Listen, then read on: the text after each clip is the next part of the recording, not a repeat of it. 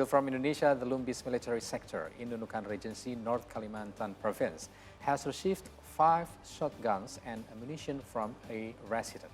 Shotguns were used for protection from wild animals while living in the forest. The resident gave up his shotguns after learning about arms regulation.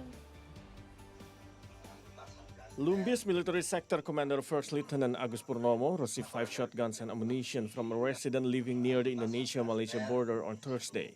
The resident, 48-year-old Ilham, gave up the guns willingly. He said they were used only for self-defense against wild animals and criminals during trips to the woods.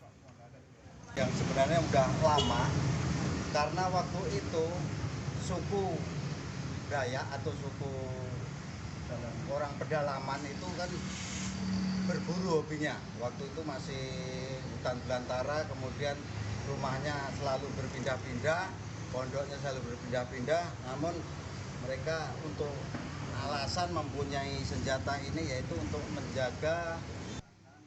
The handover was a result of the military's efforts to educate the public on gun laws. The firearms have been shipped to the Nunukan Military District for safekeeping.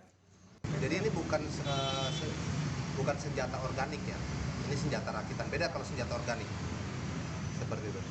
Jadi ini senjata rakitan, tapi tetap nanti prosedurnya kita akan bersurat, kita kirim ini ke PAL untuk dilukur atau diambil. Later on, they will be disposed at the Military Regional Command. 6-day contributor reporting from Nunukan, North Kalimantan.